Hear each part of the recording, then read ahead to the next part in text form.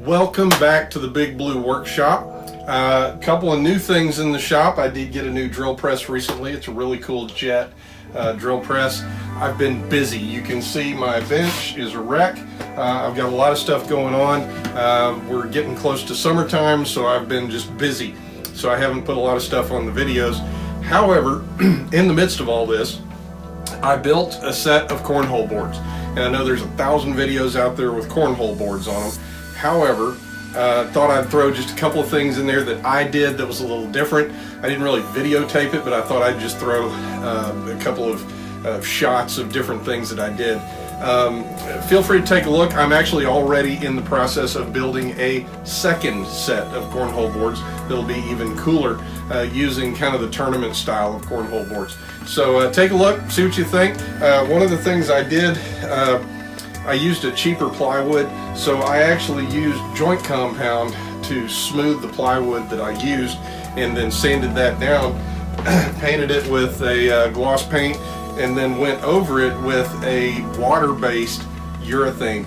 These are two things that a lot of people do that make cornhole boards. They say that the semi-gloss water-based urethane, or polyurethane as it were, is a better way to go with the cornhole boards because it doesn't slide quite as much as the oil-based. So keep that in mind when you're doing your cornhole board. Take a look, see what you think. Click like, click subscribe, and let me know what you think. My daughter is in the marching band, so I made this set with the marching band logo on the front of it. I coated it after I painted it so it would be pretty slick.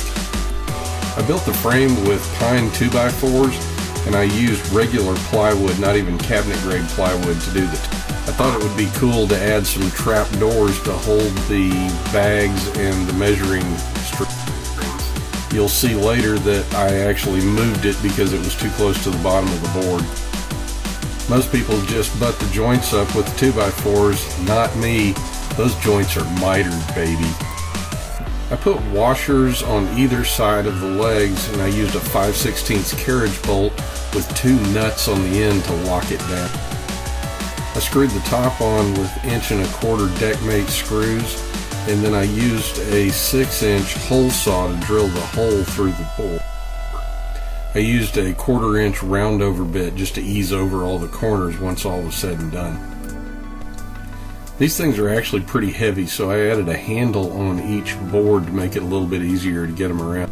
I actually used a 1/2 inch round over bit on this just to make it a little cleaner.